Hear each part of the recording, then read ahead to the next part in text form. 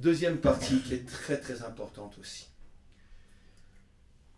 Et dont va vers toi, sois toi-même, et la clé qui va ouvrir la deuxième partie. J'interviens comme ça, petite demi-heure, un peu moins, et puis après à nouveau des questions.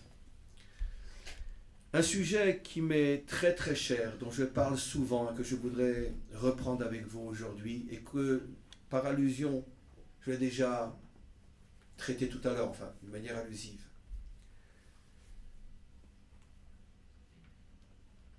Dans l'appellation Bnei Adam, soit finalement un homme, se cache beaucoup plus que simplement la référence à Adam.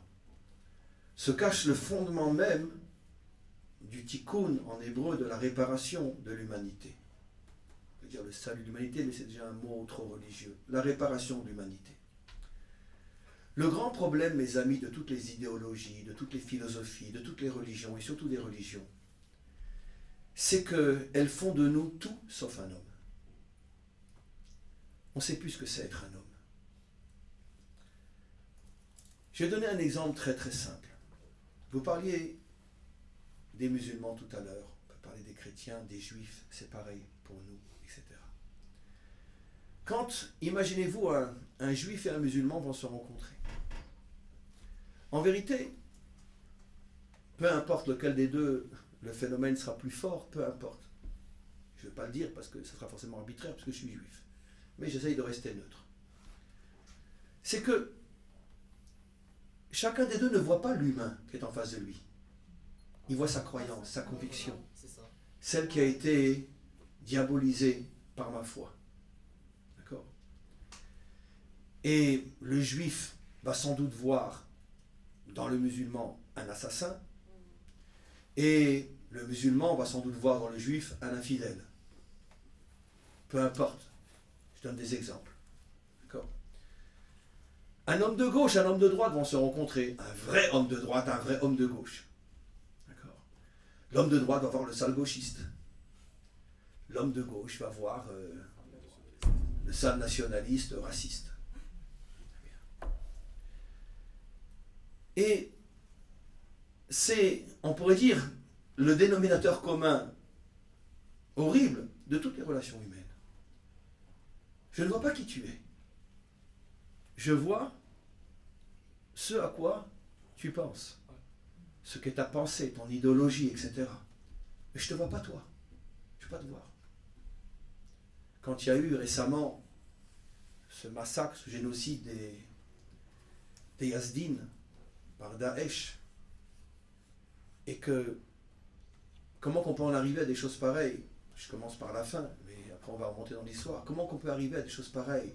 Comment on peut arriver, une petite fille de 8 ans, à la violer à mort et considérer que c'est un devoir? La transformer en esclave sexuelle et toutes les fausses communes, etc. Comment c'est possible? Mais tu vois pas, c'est une petite fille de 8 ans. Elle est pure, elle est propre, elle est mignonne, elle est gentille, elle est humaine. Oui, mais elle est yazdine. Et au regard de l'islam, être un yazdine, c'est être un idolâtre ou un infidèle ou peu importe, on a peur. Donc, tu vois finalement le monstre. Et tes yeux t'empêchent de voir l'humain que tu as en face de toi. L'humain. Je prends cet exemple parce que c'est malheureusement le plus connu dans notre histoire, une histoire actuelle. Mais si on remonte dans le passé, toutes les guerres de religion, ou finalement, mais comment tu oublies la personne que tu as en face de toi? Oui, mais l'idéologie, c'est un idolâtre, c'est un infidèle, c'est un impie, c'est un contre-révolutionnaire, c'est un bolchevique, c'est un capitaliste. Mais attends, mais c'est un être humain. Vous vous rendez compte, mes amis, que finalement, toutes les idéologies, et en haut de toutes, la plus sinistre et néfaste de toutes, l'idéologie religieuse, vous vous rendez compte ce qu'elle a amené dans le monde? On ne voit plus l'humain. On ne voit plus Adam. On ne voit plus l'être humain. D'accord? Je m'excuse de dire ce que je vais dire, encore une fois, ne le prenez pas mal.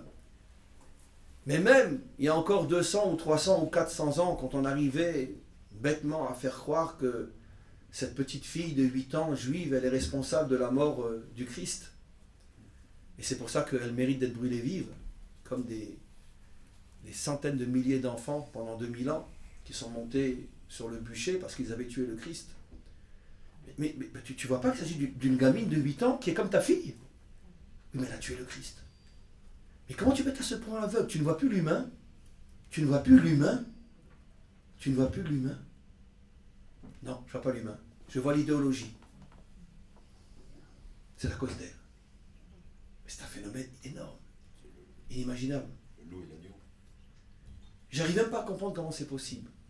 J'arrive pas à comprendre comment c'est possible qu'on l'idéologie efface l'humain. On voit pas l'humain. J'arrive pas à comprendre. Mais pourtant, c'est un fait que la grande majorité des humains vivent. D'accord? Dans tous les domaines, même le domaine politique, encore une fois. Très bien, il est d'extrême droite. Mais c'est peut-être un être humain qui, sur le plan humain, est peut-être un homme extraordinaire. Peut-être qu'il est un père extraordinaire, un mari extraordinaire, un voisin extraordinaire. Il est d'extrême droite. Je prends que cet exemple-là, parce que moi, en tant que juif, ce n'est pas l'exemple que j'aurais donné, mais je le dis sincèrement, Il est d'extrême gauche. D'accord, mais ça, c'est ses idées. Mais l'être humain, comment qu'il est? On ne sait plus voir l'être humain. Et ça, c'est le grand drame de toutes les spiritualités, de toutes les religions. Personne n'y échappe. L'humain devient complètement accessoire à ce qu'il pense, à ce qu'est sa foi, sa philosophie, etc. C'est très difficile à comprendre d'où vient l'origine. D'ailleurs, peut-être je le laisse à vos questions. D'où vient l'origine finalement de cet aveuglement qu'une pensée peut prendre le dessus sur l'humain? Mais la pensée, c'est abstrait, je veux dire, c'est pas palpable. Mais là, la petite fille que tu as devant toi, cette petite fille, que 8 soldats vont la violer jusqu'à ce que mort s'en suive. C'est une petite fille. Mais je ne la vois pas, elle. Elle, je vois que c'est une idolâtre. Mais comment tu fais pour ne pas la voir? D'où ça vient? D'où ça vient? Et personne n'échappe à ça. Après, c'est une question de niveau. D'accord? Une question de niveau, un peu plus, un peu moins. La plupart d'entre nous n'iront pas jusqu'à tuer celui qui pense différemment de nous, mais on ne l'aime pas, malgré tout. On ne l'aime pas, on ne veut pas de relation avec lui, on l'évite, parce que... Mais tu t'es intéressé à l'être humain? En vérité, le retour à Adam, le retour au Bné Adam, c'est tout simplement, si j'oserais dire d'une manière un petit peu exagérée, le retour à la seule et unique religion vraie qui n'a jamais existé. Celle qui met au centre de tout l'humain. Et si une idée te voile l'humain, sache que cette idée est une idée perverse. Mais je vais nuancer ce que je dis dans quelques instants. En aucun cas, l'idée peut prendre le dessus sur l'humain. En aucun cas. D'accord. Prenons un exemple, je vais emprunter de ma religion. Imaginez-vous que en Israël, ça peut arriver, d'accord? Parce que le tempérament israélien, il est un peu plus cow-boy que le tempérament juif français. Imaginez-vous que le jour de Kippour, d'accord, tout d'un coup j'entends sonner à ma porte, et j'ai mon voisin, juif israélien, d'accord, avec un sandwich jambon beurre, jour de Kippour, qui vient et puis qu'il me tape et puis il me demande un service, il me demande, je sais pas, je lui prête une chaise, il a des gens qui sont venus le voir et il a besoin d'une chaise pliante. Puis avec son jambon beurre comme ça, bon, en Israël c'est un peu difficile, mais disons, bon alors, à Kippour, normalement ma réaction devrait être que, c'est le seul cas où on peut dire que tu es un vrai sale juif. Quand tu oses venir avec un...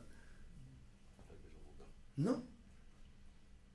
Parce que si je sais que cet homme-là, d'accord, est un homme bien, un bon père, un bon mari, un bon citoyen, et puis bon, il est juif à sa manière, mais il est très fier d'être juif, et... D'accord. Bon, à la rigueur, je sais que, en ce qui me concerne, je pense qu'il est dans la faute. Mais je ne vais pas laisser sa faute me masquer l'humain. C'est pas possible. Parce que l'humain est pour moi plus important que ce qu'il mange à Kippour. Si pour moi il devient un monstre parce qu'il mange à Kippour, ça veut dire que quoi? J'ai rien un être humain parce qu'il vient avec un sandwich à Kippour. Mais comment on oserait faire une chose pareille? Comment on oserait faire une chose pareille? Et ça doit être vrai dans tous les domaines. Dans tous les domaines, il ne faut pas laisser l'idéologie prendre le dessus sur l'humain. L'humain est le sacro-saint d'une religion authentique. Maintenant, le problème, c'est qu'il n'en existe pas de religion comme ça. Parce que toutes les religions ont leurs infidèles, toutes les religions ont leurs hérétiques, et toutes les religions ont leurs diables, bien sûr. Et toutes leurs religions ont leur bouc émissaire. Celui qui est responsable de tout. Tout simplement, vous savez pourquoi? Parce que c'est la définition même des fausses religions. Une religion qui vous dit voici quels sont les infidèles, vous pouvez être sûr, c'est une religion inventée. Elle n'existe pas. C'est pas possible. Parce que tous les humains sont des êtres humains. L'idée est accessoire par rapport à l'humain. Ça, c'est la première chose qu'il faut que petit à petit l'humanité remette comme étant la valeur suprême, l'humain, Adam. Et tout le reste, c'est accessoire. Et ça, c'est pas un travail gagné d'avance, parce qu'aujourd'hui, le monde, l'humanité, toute religion et toute philosophie confondue est à des années-lumière de ce que je dis. Et même moi, c'est pas toujours évident. C'est pas toujours facile. Parce que, ne serait-ce que dans mon travail, etc., je veux dire, forcément, j'ai des ennemis, je suis très critiqué, je suis très sali, etc. Forcément. Je veux dire, il n'y a que les morts qui sont vénérés. Tant qu'un homme est vivant, forcément, il s'expose à de la critique. Des fois, quand tu es sévèrement, salement, injustement critiqué, sali, etc., c'est très difficile de ne pas tomber dans le piège de dire crève. C'est très difficile. Parce que, très difficile. De rester malgré tout quelqu'un qui sait faire la différence. Bon, son idéologie fait qu'il me voit comme un monstre. Mais lui, je sais que de le peu que j'ai entendu sur lui, c'est quelqu'un de bien dans la vie. Donc, je ne vais pas le détruire, je ne vais pas faire ce que lui me fait. Parce que moi, ce que je cherche, c'est l'humain. C'est un travail énorme. Maintenant, malgré tout, je vais maintenant dire pratiquement le contraire. Alors ça veut dire quoi? Ça veut dire qu'alors on est tous pareils, on cherche l'être humain, et donc finalement, alors quoi, il n'y a plus de différence entre les hommes, il n'y a plus de religion, il n'y a plus d'idéologie, il n'y a plus de droite, il n'y a plus de gauche, il n'y a plus de riches, il n'y a plus de pauvres, il n'y a plus de juifs, il n'y a plus de non-juifs, il n'y a plus d'islam, plus de christianisme, plus de bouddhisme. C'est-à-dire quoi? On met tout de côté, il n'y a que l'être humain? Non, c'est pas ce que j'ai dit. Mais ce qu'on doit arriver à comprendre, c'est que dans toutes les religions, la religion, la foi, est accessoire à l'humain. Je n'ai pas dit qu'il n'y a pas de foi différente. Après, j'ai posé une autre question. Il y a des foi différentes. Mais malgré tout, l'humain est au-dessus de tout. L'humain est au-dessus de tout. Et c'est ce qui va permettre, d'une certaine manière, la fin des guerres de religion. Et ça demande une révolution théologique, spirituelle, tellement énorme que c'est presque une utopie de le dire aujourd'hui. Mais on est au niveau de la graine, n'oubliez pas. Commencez à s'habituer à comprendre que l'humain est au-dessus de la foi. Maintenant, est-ce que ça veut dire que je ne dois pas avoir de foi? Je vais m'intéresser qu'à l'humain? Non, parce que ça s'appelle de l'humanisme. Et ça, c'est pas possible non plus. Parce que l'humanisme, on en a maintenant 2 siècles d'expérience. On voit où ça nous mène. De toute façon, c'est une religion aussi. C'est une nouvelle religion. On a remplacé le mot Dieu par le hasard. D'accord? Mais il y a toujours un Dieu. Il y a le destin, il y a le hasard, il y a la chance, il y a la malchance, etc. Et donc il y a les anges, il y a tout. Simplement que la terminologie a changé. Mais il y a aussi des temples pour les humanistes, pour les athées, etc. Tout est là. C'est les mots qui ont changé. Et si tu n'es pas un humanisme, alors tu n'es qu'un sale religieux. Et donc, tu ne m'intéresses pas. Donc, à partir du moment où l'humanisme, le vrai, regarde les religieux, les croyants comme des créatures de second niveau, ben lui aussi tombe dans le piège de toutes les religions. Tu n'es pas comme moi, donc tu n'es pas un être humain aussi grand que moi. Donc, c'est très difficile de s'en sortir, c'est très difficile d'arriver d'un côté à avoir sa foi et d'un autre côté à considérer que l'humain que j'ai en face de moi, même s'il a une foi différente, malgré tout, c'est au-dessus de sa foi. Ça, c'est le premier pas pour arriver à reconstruire l'humanité.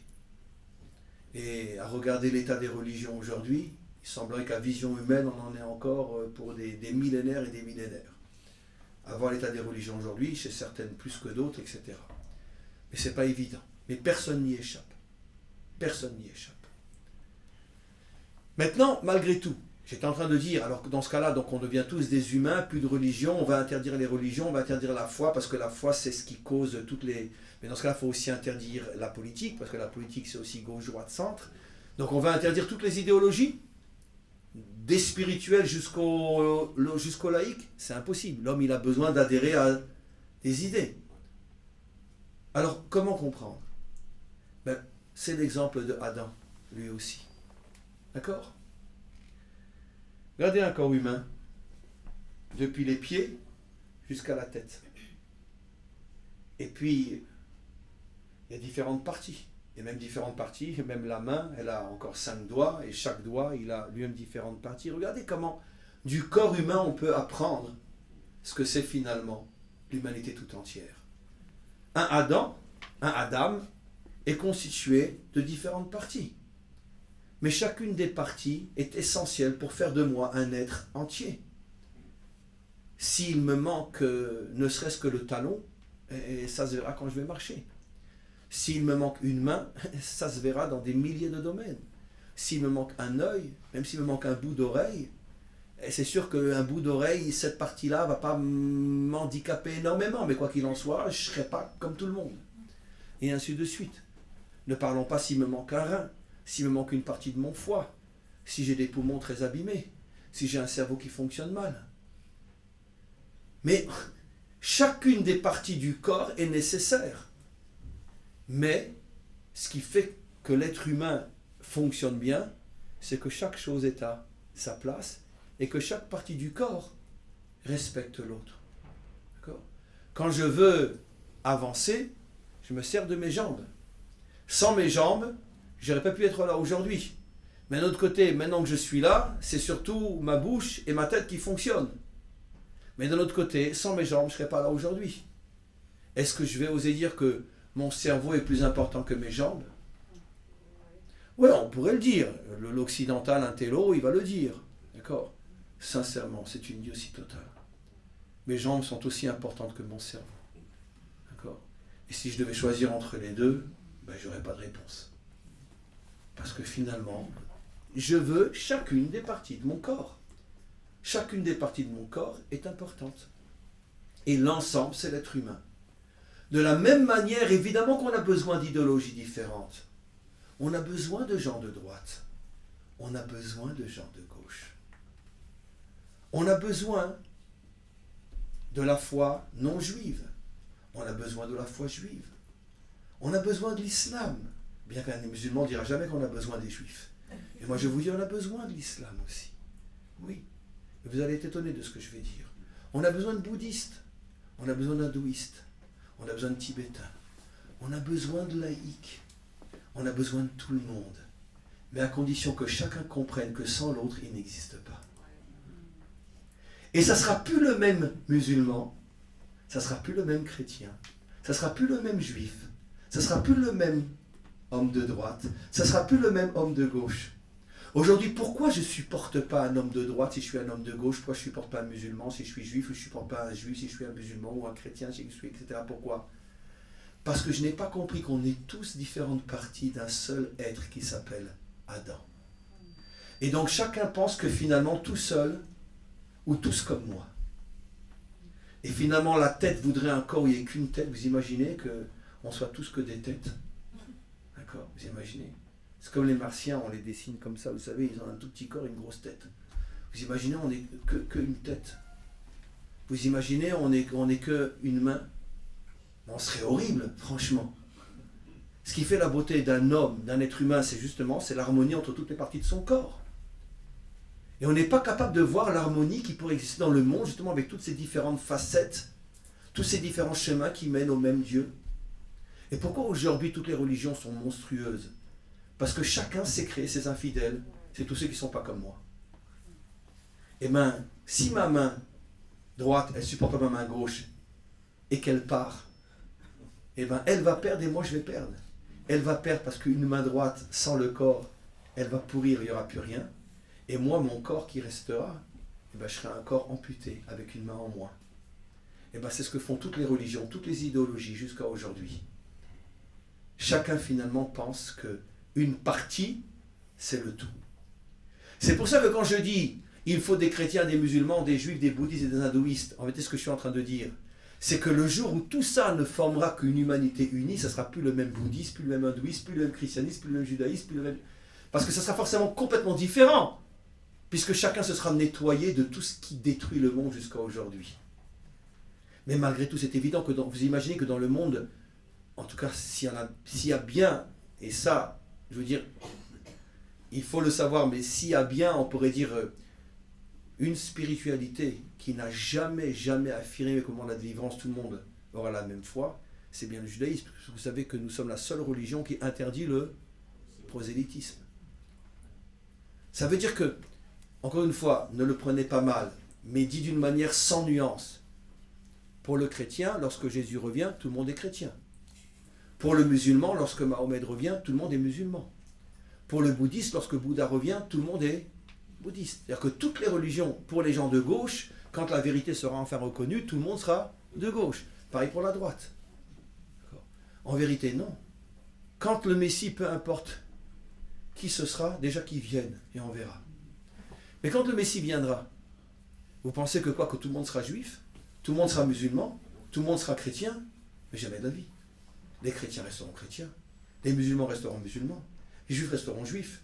Les bouddhistes, il y en aura encore. Mais avec tout le nettoyage chez chacun, qui fait que de toute façon, ce qui restera ne ressemblera plus du tout à ce qui a été, simplement que les nuances resteront, et l'union du grand tout, ça sera l'humanité reconstruite. Et tout ça, par le mérite de cet enseignement que je commence aujourd'hui et qui sera l'enseignement fondamental et principal du moment de la délivrance, que l'essentiel, c'est de reconstituer l'être humain. Vous savez, je vais vous choquer un petit peu, mais cet exemple, je donne toujours dans ce genre d'intervention. Le maître du monde, mais il est intelligent, on ne pourrait pas vous imaginer comment. Non, c'est encore plus que ce qu'on peut imaginer. Vous savez. Là, bon, il n'y a que moi qui peux me permettre de faire ce que je vais faire et de dire ce que je vais dire. Mais là, vous avez vu devant vous, là, pendant pratiquement 2 heures, quelqu'un qui parle, un bon orateur, qui vous passionne, etc. J'ai vu personne s'endormir, grâce à Dieu, donc je suis très fort. D'accord? Très bien. Non, mais je me la joue, ne vous inquiétez pas. Mais le bon Dieu, il me connaît. Donc, qu'est-ce qu'il m'a fait comme coup derrière mon dos? Il m'a créé une autre partie de mon corps qui n'est pas très flatteur. C'est pas très flatteur, ça. Non, je suis désolé. On a tous le même. Mais je suis obligé de vous dire ce que je veux vous dire. Ah, tu sais, c'est pas que le cerveau, un humain. Hein. C'est pas que le bras. Hein. C'est pas que le visage. C'est aussi les petits moments où on s'enferme, ça sent pas très très bon, on espère que personne passe parce que des fois il y a des bruits. Et puis, on met du produit quand on sort. Ben oui. Pourquoi il m'a fait ce coup-là, le bon Dieu? T'es vache quand même. Bechaïm, avec la tête que t'as, si je t'avais pas créé ça aussi, tu te prendrais pour le bon Dieu. D'accord? Alors, je t'ai mis un truc comme tout le monde. Comme ça, quand tu sors des toilettes, et ben, tu te calmes un petit peu. Hein. Prends pas pour le bon Dieu. Je crois que quand le serpent il a dit à Ève, vous serez comme Dieu, je crois qu'elle a oublié qu'elle sortait des toilettes. Hein. Ah oui. Parce que si juste avant elle avait une colique, ça n'aurait pas marché. Ça veut dire quoi ce que je suis en train de dire? Ça veut dire que toutes les parties du monde font partie de l'humanité constituée. Ça veut dire qu'on doit comprendre que dans l'humanité constituée, il y a même des parties qui ne sont pas forcément très nobles. Mais on ne doit pas les rejeter. Elles font partie de l'humanité à part entière. C'est vrai, il y a des gens très russes, très si, pas intello du tout, très, on dit en français, très chiant, tiens. C'est pas par hasard. Absolument. C'est pas par hasard. C'est incroyable, on ne se rend même pas compte de ce qu'on dit. Parce que t'es chiant. Mais c'est justement toi que je dois supporter peut-être encore plus que n'importe qui. Pourquoi ? Parce que j'aimerais bien te voir ce que tu serais devenu si le maître du monde n'avait pas créé cette partie-là aussi. Déjà comme ça, tu pues d'orgueil. Et je te garantis que ton orgueil, il pue plus que quand tu sors des toilettes. Alors, si tu n'avais pas cette partie aussi, on ne pourrait même plus s'approcher de toi. Tellement tu te sentirais mauvais. Tellement ton orgueil serait insupportable. Et ce message que le maître du monde m'a transmis en me créant cette partie aussi, c'est pour que je comprenne que quand je suis devant n'importe qui, devant n'importe quel être humain, même si je le dépasse, et c'est vrai, 1000 fois par mon intelligence, par ma sagesse, par ma finesse, par ma morale, même si c'est quelqu'un de rustre, de bas, d'insupportable, mais s'il a été créé comme toi, c'est que le monde en a besoin aussi. Respecte-le, accepte-le, trouve le moyen de l'unir à ce grand tout qui s'appelle l'humanité. Et ça, c'est la véritable tolérance. Ça, c'est la véritable ouverture. C'est la véritable unité. Et je dirais presque que le premier travail que chacun d'entre nous doit faire pour véritablement travailler sur le principe de l'humanité, de l'unité, c'est précisément d'aller chercher celui qui lui est le plus insupportable, et essayer de voir qu'est-ce qu'il peut trouver en lui qui fait que malgré tout il y a une connexion possible. Avant de rejeter et de ne voir que le mauvais côté. Mais tout le sort de l'humanité dépend de ça. Et je ne pourrais pas ne pas terminer avant vos questions pour donner, d'une certaine manière, peut-être l'illustre exemple qui en vérité résume pratiquement 2 heures d'intervention. Je vais vous étonner, mais tout simplement la relation entre un homme et une femme. Vous savez, dans notre tradition, la relation entre l'homme et la femme est le symbole, le microcosme de toute l'humanité et de tous les problèmes de l'humanité tout entière. Parce qu'entre un homme et une femme se jouent finalement tous les challenges, tous les problèmes de l'humanité tout entière. Vous savez, quand on est au début d'une rencontre, comme je disais tout à l'heure, l'amour est tellement passionné et passionnant qu'on ne voit rien. On ne voit rien. Le problème, c'est qu'on sait tous que ça ne durera pas. En tout cas, pas cette forme d'amour. Et qu'au fur et à mesure, on va commencer à s'apercevoir, d'accord, tout ce qu'on ne voyait pas avant. Les traits de caractère, la manière de se comporter. Le quotidien, c'est la pire des choses. Parce qu'il use. Et comme chantait dans ma jeunesse l'un de mes chanteurs préférés, Léo Ferré, avec le temps tout s'en va. Et donc, avec le temps tout s'en va, et la seule chose qui reste, c'est toi. Parce que t'es pas belle. C'est-à-dire en vérité, non, t'as pas changé, t'es toujours aussi belle. Mais le problème, c'est qu'avant, je ne voyais que ce qui m'intéressait. Et maintenant, tous les défauts apparaissent. Les tiens, les miens. C'est insupportable, je vois plus que ça. Mais comment on a fait pour se rencontrer? Mais comment c'est pas possible? Mais on n'a vraiment rien à faire l'un avec l'autre. Parce qu'on ne voit plus que ce qui ne va pas. En vérité, ce qui ne va pas était là depuis le départ, mais on ne pouvait pas le voir. Pourquoi? Parce que on était dans la lune de miel. On était vraiment dans du miel. Après, l'abeille, elle est revenue, nous a piqué, elle dit, qu'est-ce que tu fous dans mon miel? Et quand le dard vient, ça fait très très mal. Et bien, qu'est-ce qui se passe aujourd'hui? Eh ben, on n'a jamais eu une génération où il y a autant de divorces. Maintenant, on a trouvé une parade, on ne se marie plus. Comme ça, on ne divorce pas. C'est-à-dire, on est ensemble, tant qu'on est dans la lune de miel. Dès que la lune de miel est finie, vous changez de Kelton. On change de femme. On change de partenaire. Comme s'il n'y a pas de problème, on ne divorce jamais. D'accord? Mais en 2 ans, j'ai eu 50 partenaires. Ah, moi, je ne me suis jamais disputé avec elle. Hein. Dès que j'ai senti que j'allais me disputer, comme on n'était pas mariés, je suis parti avec une autre. Donc, on ne s'est jamais disputé. Ça a toujours été l'amour fou entre nous. En vérité, tu ne l'as jamais aimé. Puisque tu es parti, dès que tu as senti que tu ne pouvais plus vivre ton fantasme. Donc tu ne l'as jamais aimé. Tu as vécu pendant 2 ans 50 fantasmes et tu continues. En réalité, quand commence l'amour le vrai, quand le voile se lève et que tu vois réellement qui c'est que tu as en face de toi, et là tu dois commencer à construire. Là tu dois commencer à chercher une forme d'amour que le monde occidental ne sait plus chercher. C'est-à-dire la véritable raison qui fait que véritablement on est fait l'un pour l'autre. Et ça, si tu ne le cherches pas au plus profond de l'autre, tu ne le trouveras pas. Et c'est pour ça qu'aujourd'hui, encore une fois, on divorce tellement facilement, ou on ne se marie plus comme ça. On n'a pas besoin de divorcer. Et ça, c'est ce qu'il y a de plus dur. En vérité, l'histoire du couple est, d'une certaine manière, le miroir de tous les problèmes de l'humanité. Dans une civilisation comme la nôtre, où la notion de couple a complètement disparu, elle est morte, elle est enterrée. Il n'y a plus de couple aujourd'hui, pratiquement plus. Ou s'il y en a, je veux dire, c'est le dernier des Mohicans, il faut le congeler, puis pour le ressortir de temps en temps, dire, ça existe encore. Parce que c'est... Et c'est parce que le couple n'est que le reflet du monde dans lequel on vit. On ne vit que sur des idéologies, que sur des fantasmes, que sur des sensations très très très fortes. Et dès que le quotidien a usé tout ça et qu'il reste que l'autre, le vrai, on n'a plus envie de le voir.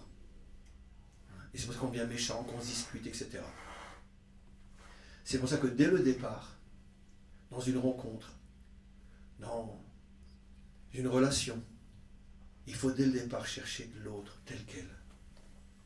Et refuser de se jouer la comédie, de vivre dans le fantasme, etc.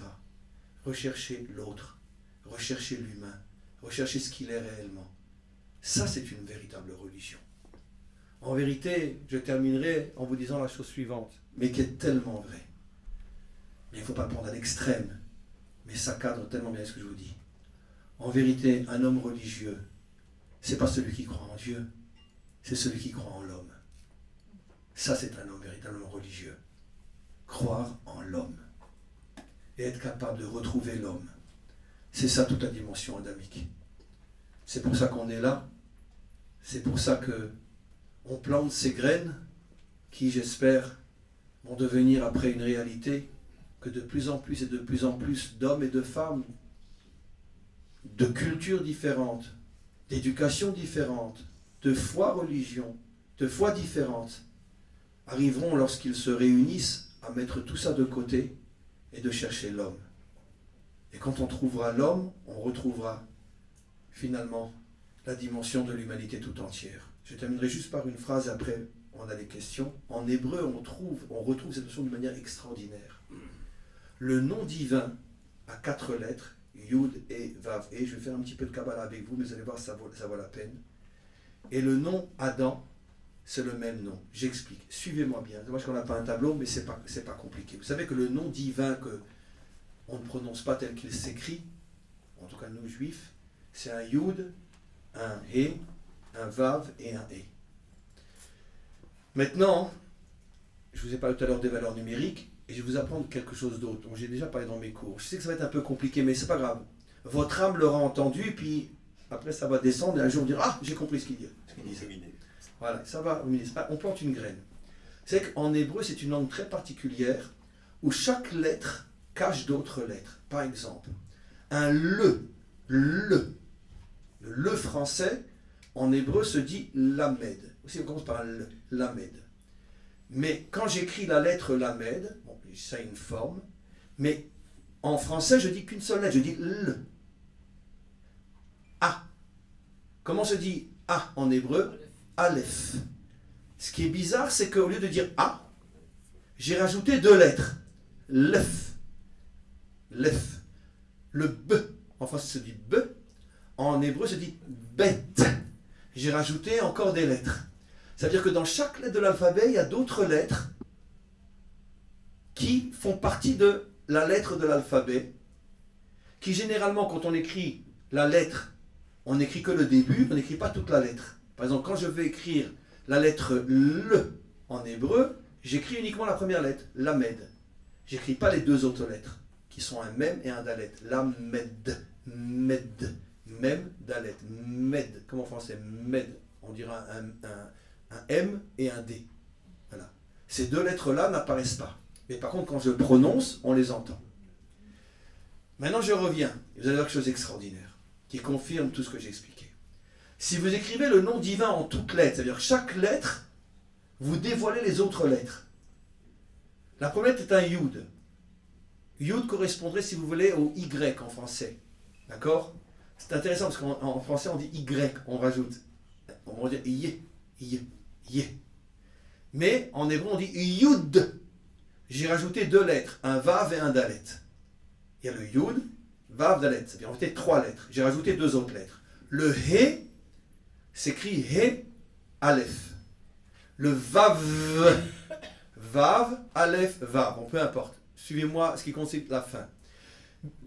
Bref, si j'écris le nom divin en toutes lettres, chaque lettre, je la détaille, ça vous suivez, avec toutes ces autres lettres, je compte la valeur numérique, j'arrive à 45, qui est la valeur numérique du mot Adam. 45. Et de là, vous avez une des plus grandes merveilles de l'hébreu, c'est que vous apercevez que le nom de Dieu, écrit en toutes lettres, et le nom de l'homme ont la même valeur numérique, 45. Comme pour nous dire, tu n'atteindras le vrai Dieu que si tu atteins l'homme. Et si tu atteins l'homme, tu atteindras le vrai Dieu. Parce que les deux ont la même valeur numérique. Si tu sépares l'homme de Dieu, si tu suis une foi qui te parle d'infidèle et d'hérétique, du gentil et du méchant, sache que ce n'est pas Dieu que tu suis. C'est un pur fantasme. C'est plutôt le diable, mais pas Dieu. Parce que le vrai Dieu, il t'amènera toujours à l'homme, quel qu'il soit. Parce que l'homme est au-dessus de toutes les croyances. Voilà, s'il y a une question, il est moins 25. L'humain non adamique, on le place où par rapport à tout ça? L'humain non adamique. Potentiellement, Merci. La grande majorité des êtres humains sur Terre sont des adamiques. Si on est 7 milliards sur Terre aujourd'hui, la grande majorité sont des adamiques perdus en exil, qui ne se connaissent pas. Comprenez? Comme j'ai expliqué, de la même manière que le peuple juif est encore en grande partie en exil aujourd'hui, dont nombreux ne savent même pas qu'ils sont juifs, ou ne veulent pas le savoir, cet exil du peuple juif n'est que le microcosme de l'exil de la dimension adamique universelle, où tous les adamiques sont en exil. Ils ne se connaissent pas, ils ne savent pas qui ils sont, etc. Et des fois, ils vivent complètement en dehors de tous les critères qu'ils portent dans leur potentialité d'adamique. Parce qu'ils sont méchants, parce qu'ils sont ci, etc., etc. Donc, la grande majorité sont des adamiques. Et le Messie va reconstituer les 70 peuples qui formeront la majorité de l'humanité s'il devait venir aujourd'hui, dont une grande partie des 7 milliards sont des adamiques, et il va reconstituer les 70 peuples. Après, dans le débat, on parlera peut-être du chiffre 70. Pourquoi 70? Maintenant, il y a, si vous faites allusion à certains cours, j'imagine que vous avez entendu, qui ont d'ailleurs créé une polémique inimaginable, même à l'intérieur de mon propre monde. J'ai été critiqué même par énormément de rabbinim, etc., de rabbins, etc., peu importe.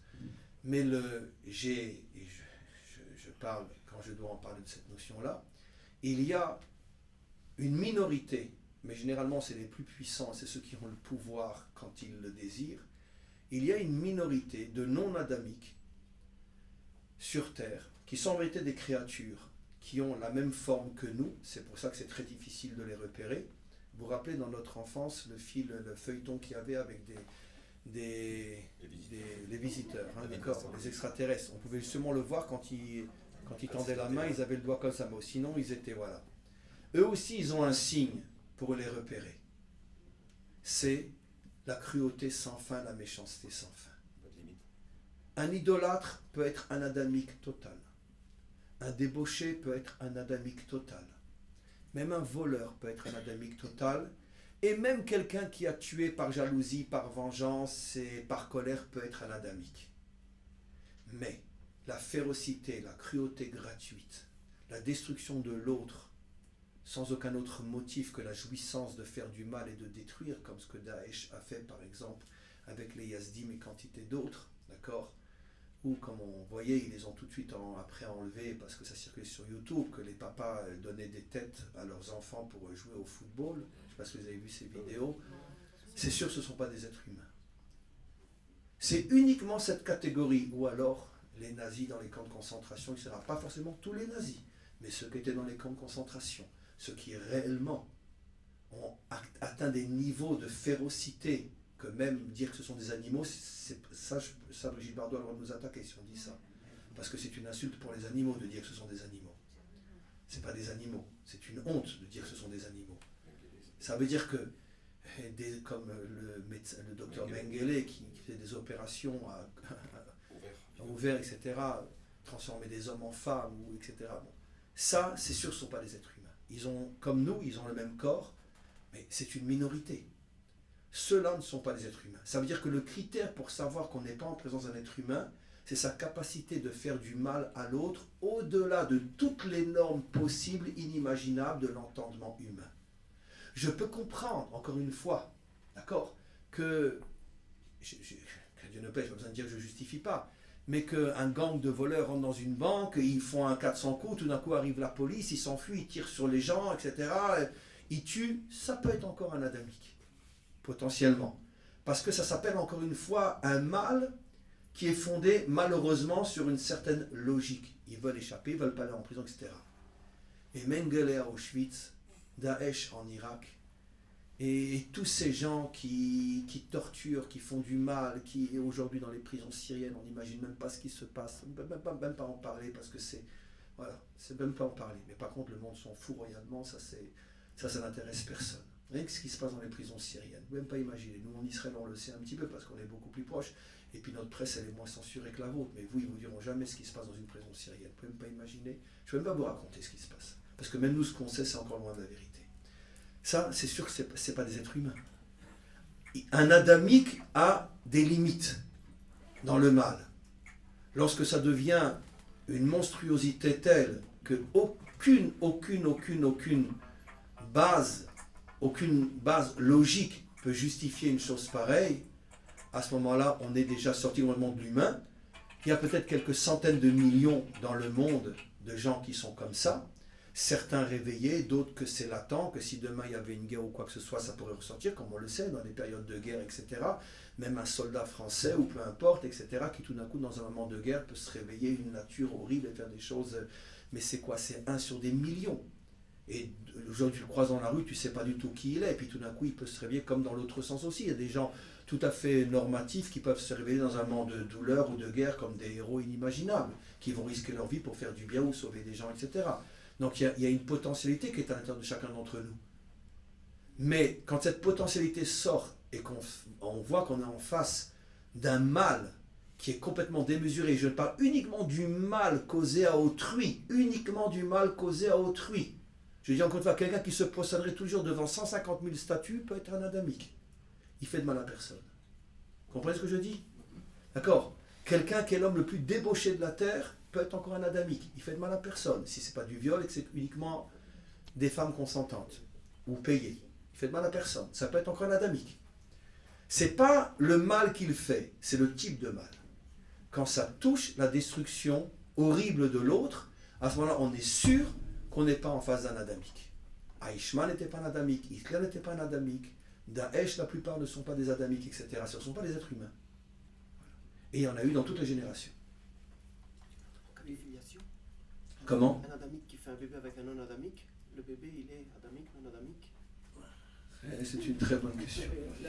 La solution est la suivante. S'ils sont moins nombreux de pourcentage, ça veut dire que leurs descendants sont des adamiques.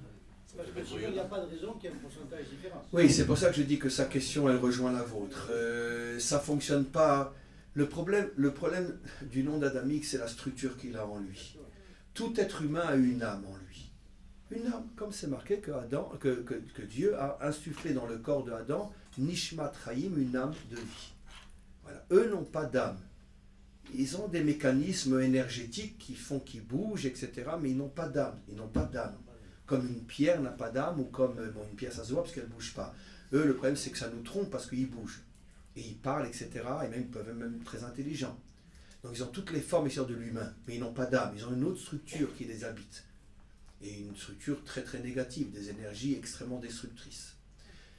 Mais maintenant, pour répondre à ta question, s'il a un enfant avec une femme adamique, très certainement l'enfant sera adamique. Parce que c'est pas quelque chose qui se transmet, c'est des choses très très ponctuelles. Tu comprends? Et donc, je ne suis pas le bon Dieu pour savoir comment ça fonctionne dans l'aspect caché du monde. Mais arrêtons-nous à ce qu'on sait.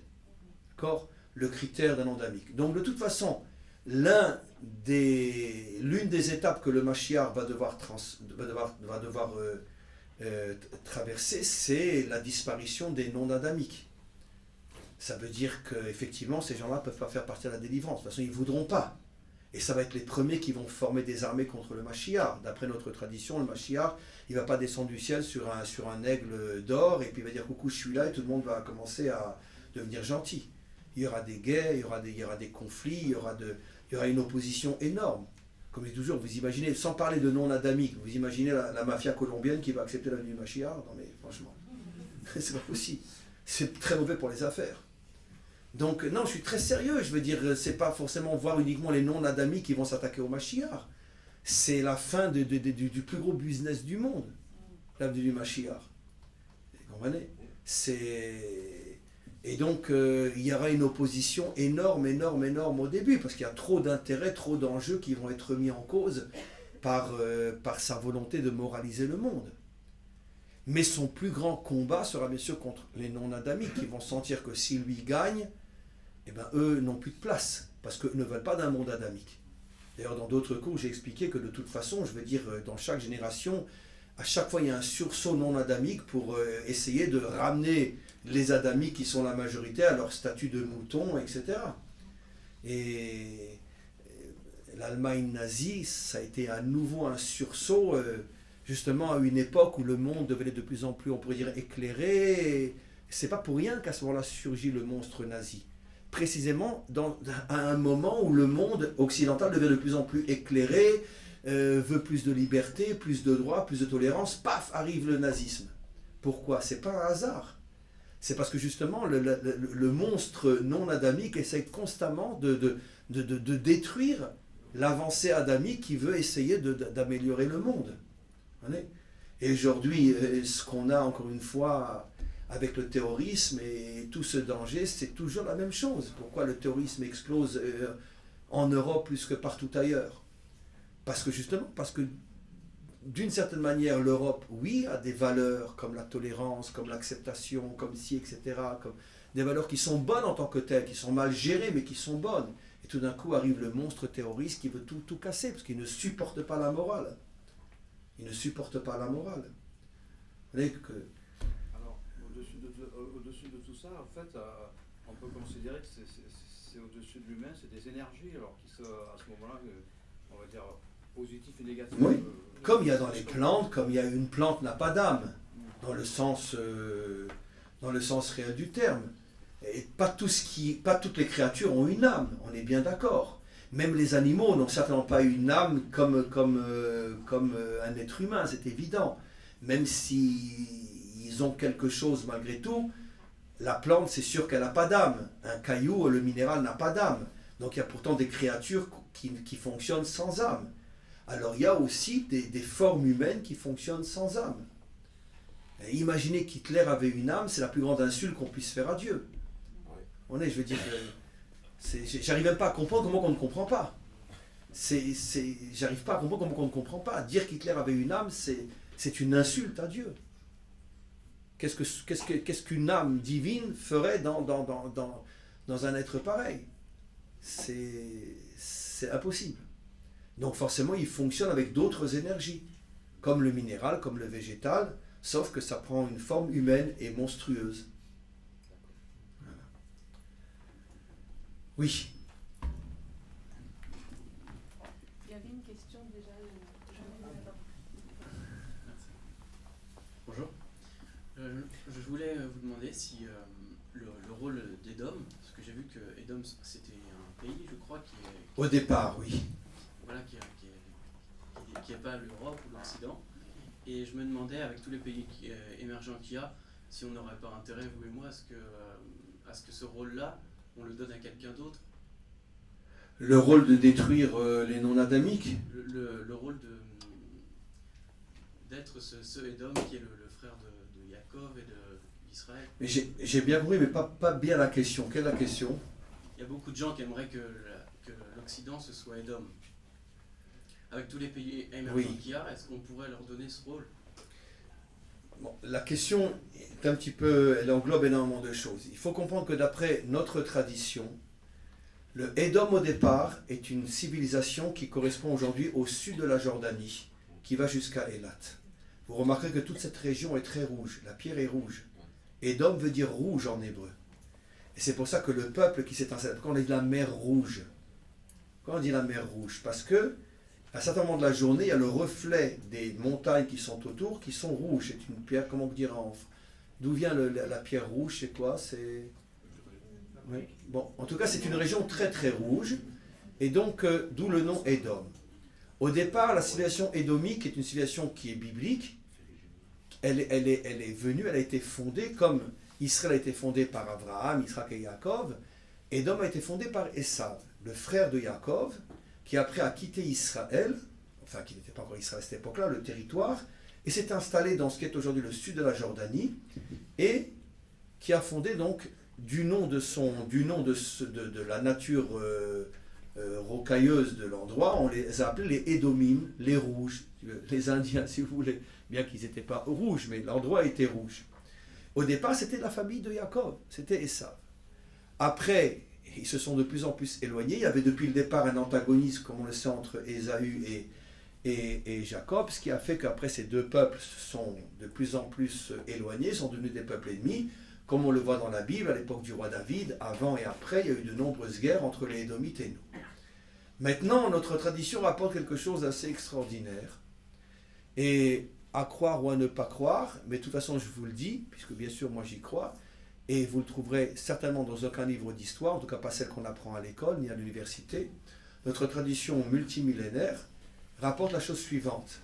C'est qu'il y a eu un moment où les Édomites, et ça, par contre, ça l'histoire en parle, ça s'est fait énormément, il y a eu un moment dans l'histoire, c'est plus ou moins à l'époque, il y a à peu près 2000 ans, 2500 ans, énormément de peuples du Proche-Orient, exactement comme les Européens ont fait et se sont installés de l'autre côté de l'Atlantique et ont fondé les États-Unis. D'accord? Au départ, les États-Unis étaient fondés par les Européens. Le phénomène a commencé avec le Proche-Orient. Énormément de gens du Proche-Orient ont traversé la Méditerranée, qui était beaucoup plus facile que de traverser l'Atlantique, et ont commencé à s'installer, à fonder de nouvelles civilisations en Europe. D'après notre tradition, la civilisation occidentale, et surtout l'Italie, et une partie de l'Allemagne, mais surtout l'Italie, ce sont des Édomites qui ont traversé la Méditerranée par milliers, comme aujourd'hui tous les réfugiés, etc. L'histoire, comme on dit, il n'y a rien de nouveau sous le soleil. Ce que nous voyons aujourd'hui a existé il y a plus de 2500 ans.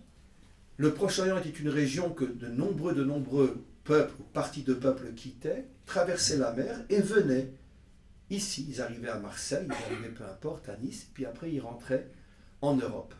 Et d'après notre tradition, l'Italie, au départ, a été fondée par des centaines d'Édomites qui ont quitté Édom, qui ont traversé la Méditerranée, qui sont entrés en Europe, qui ont trouvé ce territoire-là, qui n'était pas encore l'Italie, intéressant pour eux. Ils se sont installés et là a commencé la civilisation italienne après romaine. C'est pour ça que dans notre tradition, nous appelons Rome Édom. Rome Édom. Personne ne comprend pourquoi, quel rapport. Édom vivait au Proche-Orient. Et parce que ça a été fondé au départ, pas que, j'ai pas dit par que, mais il y a une grande partie d'influence édomique. Voilà. Et puis après, bon, ça s'est perdu. Il est évident que la majorité des Italiens ne viennent pas de Édom. Mais l'impulsion du départ, voilà. Mais pas seulement l'impulsion, écoutez-moi, mais là on rentre dans un sujet, on n'a plus le temps, pas seulement l'impulsion historique, l'impulsion spirituelle aussi. N'oublions pas que les Édomites au départ venaient de Esav. Esav était le frère de Jacob. Donc, si vous voulez, la pensée, l'approche hébraïque était très très connue de Édom. Et donc, quand Édom est arrivé en Europe il y a presque 2500 ou 2800 ans, à cette époque-là, c'était bien sûr que des païens et des barbares. Les premiers qui ont commencé à parler un discours, et en Italie, vous allez comprendre une chose extraordinaire, un discours hébraïsant, ça a été les fondateurs de Rome. vous comprenez que ce n'est pas un hasard si après Rome est devenue chrétienne. Parce que le travail avait déjà été fait des siècles auparavant par une poignée, enfin des centaines d'édomiques, qui eux avaient l'approche hébraïque, étant issus de la famille hébraïque. Et donc ils ont commencé à parler un langage, un discours, une approche que bien sûr que les païens et les barbares qui vivaient à cette époque-là en Europe n'avaient jamais entendu. Et sans le savoir, ils ont préparé le terrain finalement à la venue, quelques siècles après, 2-3 siècles après, est venu finalement le christianisme du Nouveau Testament, est venu comme par hasard en Italie. Et pourquoi c'est en Italie que ça a pris? Pourquoi pas en Allemagne? Pourquoi pas en Gaule? Pourquoi c'est précisément en Italie que ça a pris? Parce que la mentalité italienne était déjà préparée depuis la venue de ces proches orientaux, était déjà préparée à ce genre de discours et ça a fait tilt. Et sont les premiers qui ont reconnu le christianisme. Voilà une partie de l'histoire que vous n'apprendrez jamais, mais vous pouvez me faire confiance que c'est authentique. Et donc c'est ce qui explique que c'est l'Italie, premier pays d'Europe, qui a été touché par le christianisme avant tous les autres, parce qu'il y a eu cette préparation lente et silencieuse des Édomiques qui avaient malgré tout une pensée très hébraïque, venant de la famille de Jacob, venant de la famille, au départ, de la famille d'Israël. Voilà. On va poser une dernière question, et puis après on va reprendre la parole pour préparer un petit peu l'intervention d'après. Oui, merci. C'est pour simplement essayer de clarifier deux notions. La notion adamique en soi, qui concerne une majorité d'êtres humains, et la notion de Ben Adam, qui est relative à une certaine forme de spiritualité et qui, elle, concerne certainement a priori une minorité, enfin au moins pour l'instant, d'êtres humains. Voilà, c'était pour clarifier ces deux notions-là, à la fois adamique et Ben Adam. Alors, je vais vous répondre. La notion de Ben, qui effectivement, si on traduit selon l'approche de l'hébreu moderne, Ben veut dire fils. Mais en vérité, il faut savoir que l'hébreu est une langue assez spéciale, en ce sens que chaque mot est défini plus par son sens que par le mot lui-même. En français, quand je dis fils, j'ai dit fils. Quand je dis table, je dis table. En hébreu, lorsque je dis ben, je donne le sens à la notion. Le mot ben veut dire en vérité construction. L'enfant est celui que tu construis. C'est pas seulement une chose que tu mets au monde, mais c'est un être que tu dois construire. Et donc, il porte le nom de ce qui te responsabilise. Ben, qui veut dire construire. Même en hébreu moderne, une construction s'appelle binyan. Vous savez qu'en hébreu, il y a des racines. Et donc, ben binyan. Bonnet, un constructeur. C'est toujours la même racine. Bet nun, ben, bonnet, binyan, ben. Et donc, un fils signifie finalement la construction. Donc, quand je dis Ben Adam, ce que j'entends en vérité, mais ça c'est vrai que je ne l'ai jamais expliqué, donc votre question est tout à fait justifiée, j'entends finalement tout ce que l'humanité va pouvoir être construite grâce au modèle adamique.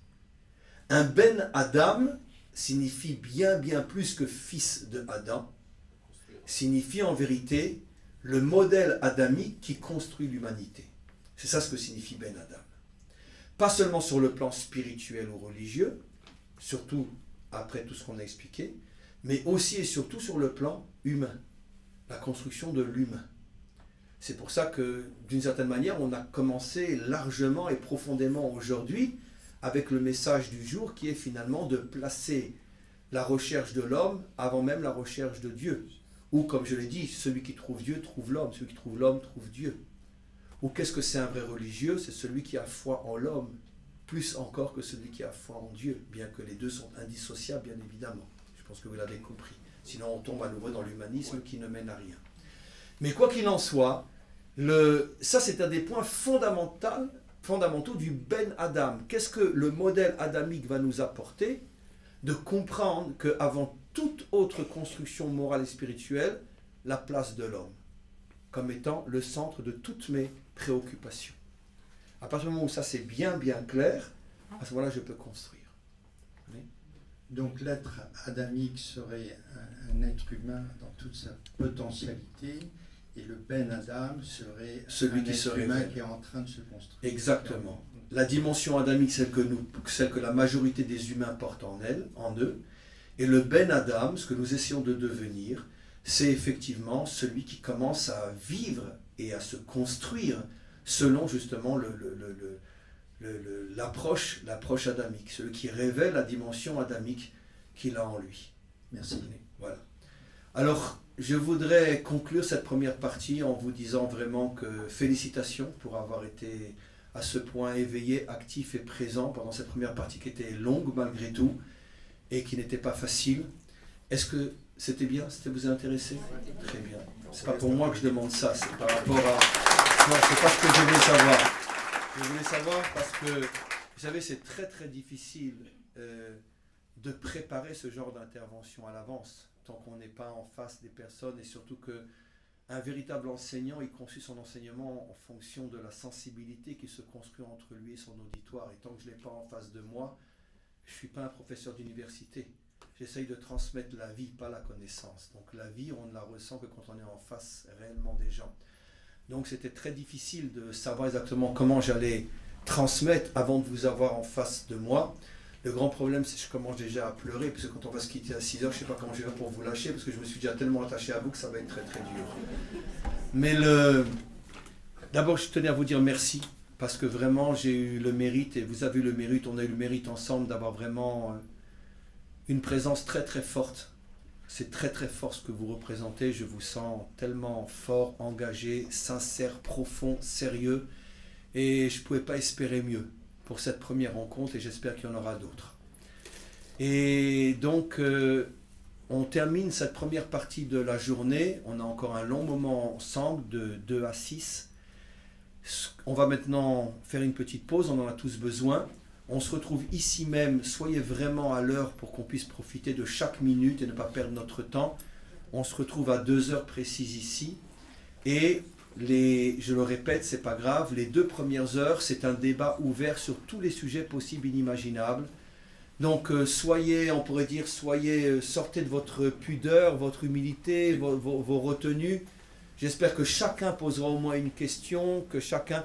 Par contre, ce que je vous demanderai, ce qu'on n'a pas fait ce matin, ce que ça aurait été un petit peu trop long, pendant le débat, ce que je demanderai, c'est que je souhaite qu'un maximum pose au moins une question, c'est que chacun qui pose une question se présente en 2 mots. Voilà, je suis telle personne de tel endroit, que je puisse savoir exactement avec qui j'ai affaire. Je vous demanderai aussi une autre chose, et donc ça sera le débat, et puis après, ce sera la conclusion de 4 à 6. Bon, j'imagine que à 4 heures, on se reposera peut-être encore pendant un quart d'heure, 20 minutes, et puis après, on reprendra pour 1h30 encore jusqu'à 6 heures. Ce que je vous demanderai de faire, ceux que ça intéresse, et c'est bien sûr pas une obligation, sachez qu'on a un groupe WhatsApp qui fonctionne déjà depuis quelques mois, et où j'envoie des messages, où les gens posent des questions, et c'est un groupe un petit peu... une VIP si on peut dire comme ça, parce que bon, ça permet d'avoir un contact chaque semaine, plusieurs fois, des fois il n'y a rien qui se passe pendant plusieurs jours, mais ceux qui sont intéressés à faire partie de ce groupe WhatsApp, ce qui vous permettra de recevoir des textes, de pouvoir poser des questions, de pouvoir avoir, bon c'est un truc très, très simple, mais qui permet de garder un contact malgré tout. Ceux qui sont intéressés par faire partie du groupe WhatsApp, je vous demande de donner votre numéro de téléphone, si vous avez bien sûr un WhatsApp, à monsieur ou madame Rocker, de manière à ce qu'on puisse vous faire entrer dans le groupe WhatsApp. C'est ce que c'est WhatsApp, hein? C'est une sorte d'internet sur le mobile. Et donc, ce qui vous permettra d'avoir un petit contact avec nous, à monsieur, à madame Rocker.